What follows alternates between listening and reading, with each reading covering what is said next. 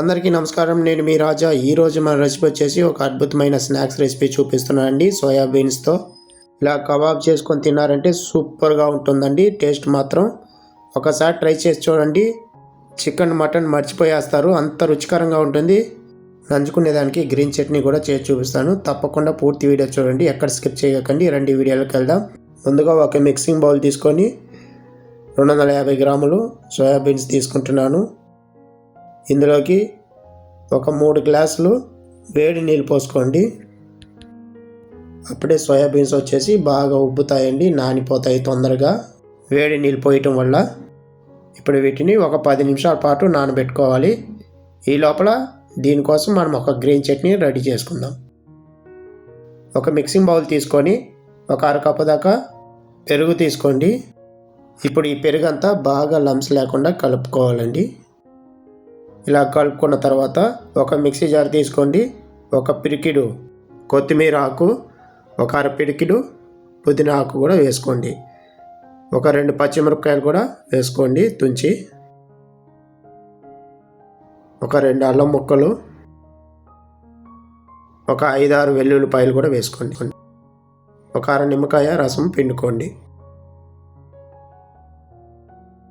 ఇందులోకి ఒక 1/4 tea spoon అంతా జీలకర్ర పొడి, ఒక 1/4 టీ స్పూన్ అంతా చాట్ మసాలా మంచి ఫ్లేవర్ ఇస్తుందండి. ఒక 1/2 కప్పు వాటర్ వేసుకోండి. రుచికి సరిపడా ఉప్పు వేసుకొని మెత్తని పేస్ట్ చేసుకోవాలండి.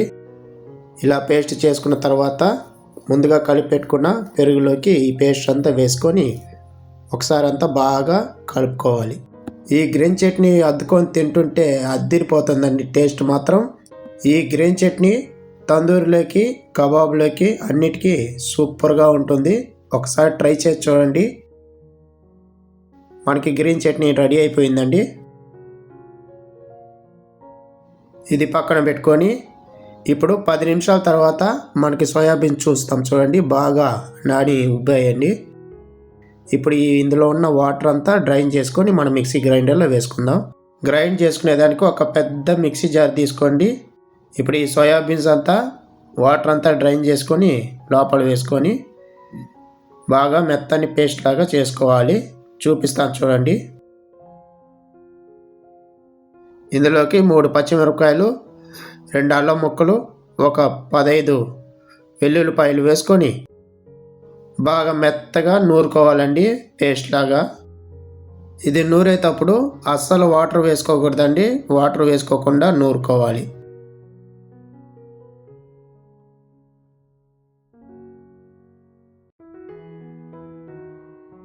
ఒక పెద్ద మిక్సీ బౌల్ తీసుకోండి. ఈ విధంగా పెద్దగా ఉండేది తీసుకుంటే బాగుంటుంది కలుపుకునేదానికి. ఇప్పుడు గ్రైండ్ చేసి పెట్టుకున్న మొత్తం ఇందులో వేసుకోవాలి. ఇప్పుడు మనము ఇందులోకి మసాలా అనేది యాడ్ చేసుకుందాము.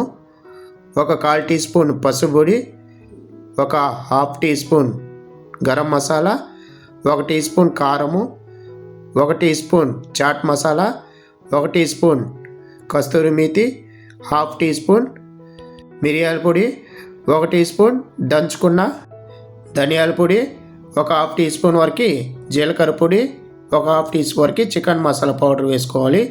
అలాగే 1 టీ స్పూన్ వరకు చిల్లీ ఫ్లేక్స్ కూడా వేసుకొని, కారం వచ్చేసి పర్ఫెక్ట్గా ఉంటుందని మన పచ్చిమిరకాయలు చిల్లీ ఫ్లేక్స్ కారం వేసుకున్నాం కాబట్టి పర్ఫెక్ట్గా వస్తుంది.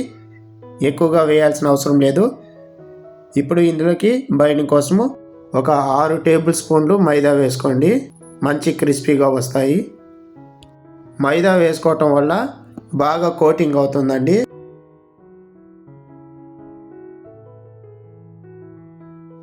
అలాగే ఇందులోకి ఒక 3 టేబుల్ స్పూన్ వరకు కార్న్ఫ్లవర్ వేసుకోండి.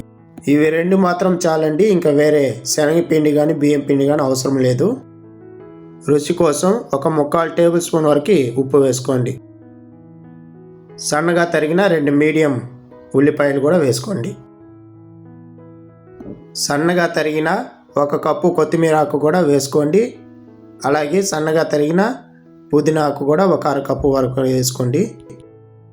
పుదీనా ఆకు వేసుకోవటం వల్ల మంచి ఫ్లేవర్ వస్తుంది, తినేటప్పుడు బాగా కమ్మగా ఉంటుంది.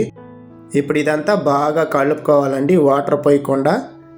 ఎందుకంటే ఆల్రెడీ సోయాబీన్స్లోనే మనకి వాటర్ ఉంటుంది కాబట్టి అవే కలిసిపోతాయి.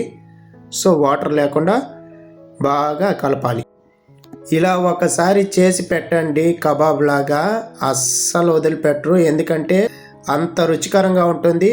బయట మీరు తెచ్చే కబాబులు అవన్నీ మర్చిపోతారు. ఇలా చేసి పెట్టారంటే ఇంకా చికెన్, పిజ్జా, బర్గర్ జోలికి కూడా వెళ్ళరు. అంత బాగుంటుంది. ఇందులో ప్రోటీన్ మనకి చాలా ఉంటుంది. కాబట్టి పిల్లలు కూడా ఇలా చేసి పెట్టారంటే ఇష్టంగా తినేస్తారు. అంతా ఇలా కలుపుకున్న తర్వాత చూపిస్తాను చూడండి. కోటింగ్ అంతా పర్ఫెక్ట్గా వచ్చింది. ఇప్పుడు మనం వీటిని డీప్ ఫ్రై చేసుకుందాం. స్టవ్ మీద కడాయి పెట్టుకొని డీప్ ఫ్రై చేయబడా ఆయిల్ వేసుకొని మంట మీడియం మంట మీద పెట్టుకొని ఒకటిగా వేయండి. నూనెకి ఎంత సరిపడుతుందో అన్ని వేసుకోండి. మొత్తం ఒకేసారి వేయకుండా కొంచెంగా బ్యాచ్గా చేసుకోండి. అప్పుడే మనకి పర్ఫెక్ట్గా వస్తుంది. వేసిన వెంటనే ఒక 2 నిమిషాల పాటు అలాగే వదిలేయండి. ఆ లోపలంతా బాగా కుక్ అయిపోతుంది. వెంటనే గెరిటి పెట్టారంటే చెదిరిపోతాయి. సో 2 నిమిషాలు అలాగే వదిలేస్తే బాగా వస్తుంది. 2 నిమిషాల తర్వాత గెరిటి పెట్టుకొని 2 వైపులా తిప్పుకుంటూ మంచి గోల్డెన్ కలర్ వచ్చేంత వరకు ఫ్రై చేసుకోవాలి. ఒక 7-8 నిమిషాల పాటు ఫ్రై చేసుకుంటే పక్కాగా వస్తుంది. ఈ లోపల మీకు ఒక చిన్న రిక్వెస్ట్ అండి. ఎవరైతే నా ఛానల్ కొత్తగా చూస్తుంటున్నారో సబ్స్క్రైబ్ చేసుకొని చూడండి. ఇలాంటి స్నాక్స్ రెసిపీలు మన ఛానల్ చాలా ఉన్నాయి. అవి కూడా చేసుకొని తినండి. ఈజీగా చూపిస్తున్నాను, కొత్తగా చూపిస్తుంటున్నాను. తప్పకుండా చూసి ట్రై చేసుకొని తినండి. ఫీడ్బ్యాక్ నాకు చెప్పండి మీకు ఎలా వచ్చిందని. వీలైతే మీ ఫ్యామిలీ మెంబర్స్కి, ఫ్రెండ్స్కి షేర్ చేయండి.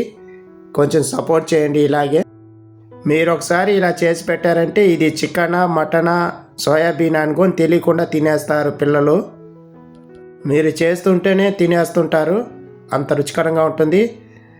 తప్పకుండా ట్రై చేయండి ఇంట్లో. చూడండి, మనకి మంచి కలర్ వచ్చేసింది, గోల్డెన్ కలర్ వచ్చేసింది.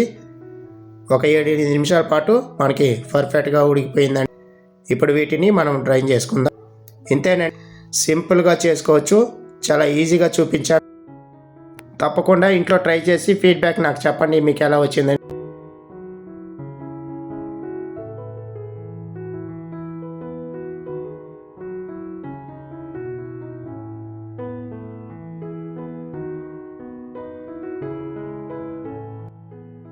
ఈ వీడియో మీకు నచ్చినట్లయితే లైక్ చేయండి, షేర్ చేయండి, కమెంట్ చేయండి. మరిన్ని వీడియోస్ కోసం నా ఛానల్ని సబ్స్క్రైబ్ చేసి పెట్టుకోండి. ఇలాంటి మంచి వీడియోలు నేను చేసి చూపిస్తాను. ఈ వీడియో పైన మీ అభిప్రాయం చెప్పండి. మీకు ఏమైనా డౌట్ ఉన్నట్లయితే నన్ను అడగండి, తప్పకుండా రిప్లై ఇస్తాను. మళ్ళీ వీడియోలో కలుద్దాం.